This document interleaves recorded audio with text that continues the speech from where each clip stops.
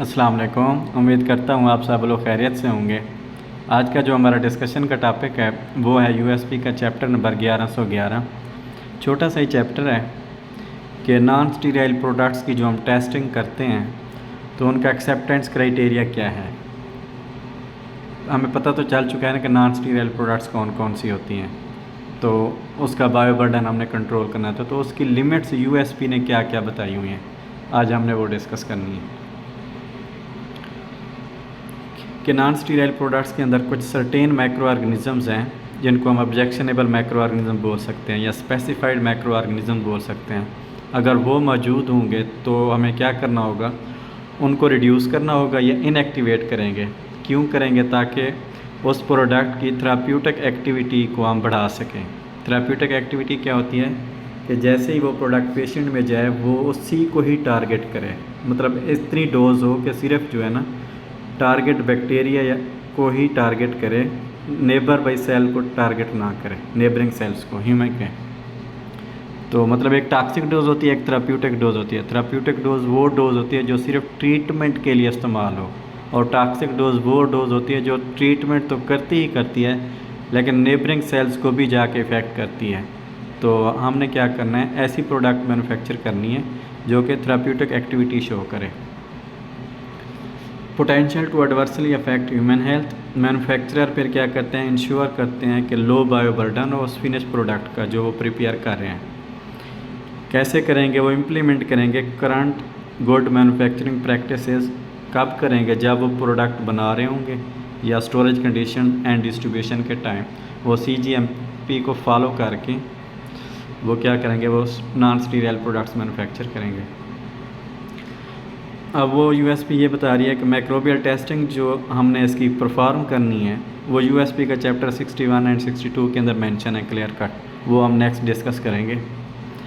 अब acceptance criteria for non sterile pharmaceutical products का base कर रहा है total aerobic microbial count TAMC, जिसको हम बोल सकते हैं बैक्टीरिया, और total combined yeast and mold count जो कि है TYMC, जिसको हम फंजाई या मोल्ड बोलते हैं। अब जो इनके रिज़ल्ट्स हैं वो बेस करते हैं इंडिविजुअल काउंट्स के ऊपर या फिर average replicates. Plate count method से हमने इसका टेस्ट लगाना है, वो हम डिस्कस करेंगे। तो इनके रिज़ल्ट्स जो है ना वो कैसे काउंट करने हैं हमने, एवरेज रेप्लिकेट्स काउंट से कि अगर हमने 2 प्लेट्स लगानी है, रेप्लिकेट 1 रेप्लिकेट 2, तो हम उसका एवरेज निकाल लेंगे।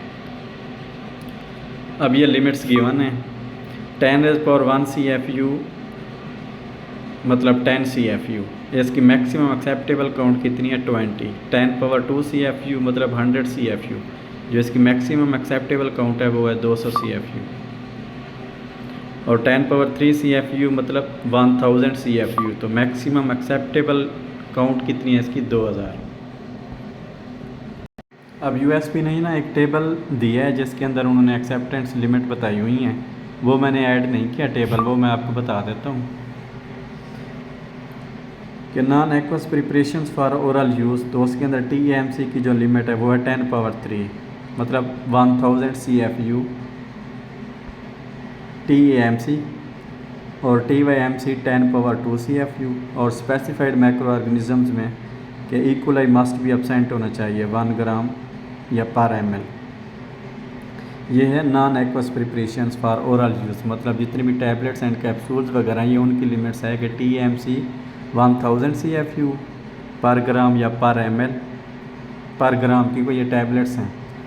और जो मोल्ड की है टोटल TYMC की लिमिट यूएसपी दे रही है वो बता रही है 100 CFU, और इक्वली मस्ट भी एब्सेंट होना चाहिए। जबकि एक्वस प्रिपरेशंस हैं जैसे सिरप्स वगैरह हैं फॉर ओरल यूज़, तो उनकी लिमिट्स है 100 CFU TAMC की लिमिट है, और TYMC की लिमिट है 10 CFU, और उसमें भी क्या होना चाहिए, इक्वली एब्सेंट होना चाहिए। ये एक्वस है तो पर ml। अच्छा, स्टेबल 1 के अंदर वो क्या कहता है, list given specified micro organisms की उन्होंने सेट की है, और लिस्ट नेसेसरी नहीं है, list is necessary exhaustive for a given preparation, may be necessary to test other micro organism.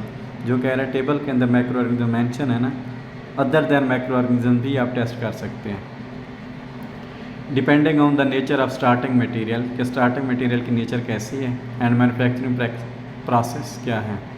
Significance of other recovered micro organism should evaluated in the terms of, कि अगर वो कह रहा है कि अगर दूसरे माइक्रो ऑर्गेनिजम्स रिकवर हो जाते हैं तो हम उसको एवेलुएट करें किस सेंस में कि प्रोडक्ट यूज़ कहाँ हो रही है।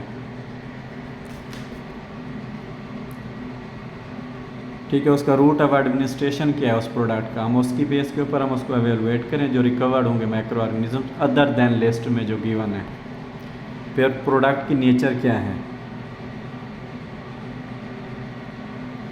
आया कि उसके अंदर एंटी माइक्रोबियल प्रिजर्वेटिव्स हैं या वो माइक्रो ऑर्गेनिज्म ग्रोथ को सपोर्ट करती है नहीं करती, या फिर मेथड ऑफ एप्लीकेशन कि हमने उसको यूज़ कैसे करना है उस प्रोडक्ट को, या इंटेंडेंट रेसिपिएंट कौन है, मतलब इम्यूनो कम्प्रोमाइज्ड पर्सन तो नहीं है वो, या use of immuno suppressive agents and the presence of disease, या उससे कोई बीमारी तो नहीं है, वाउंड्स और ऑर्गन डैमेज।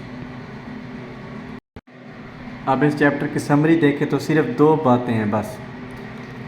इस चैप्टर में वो मुद्दा जो है ना सिर्फ 2 बातों का है कि नॉन स्टीराइल प्रोडक्ट्स में एक्सेप्टेंस क्राइटेरिया क्या है, TAMC for bacterial, TYMC for yeast and mold count. वो कहते हैं जो हमारे पास सॉलिड फार्म के अंदर डोजेज हैं, मतलब कैप्सूल्स हैं, टैबलेट्स हैं, उनकी लिमिट्स USP क्या बता रही है 1000 CFU पर ग्राम, और TYMC की लिमिट बता रही है 100 CFU पर ग्राम, और इसके अंदर इक्वली मस्ट भी एब्सेंट होने चाहिए।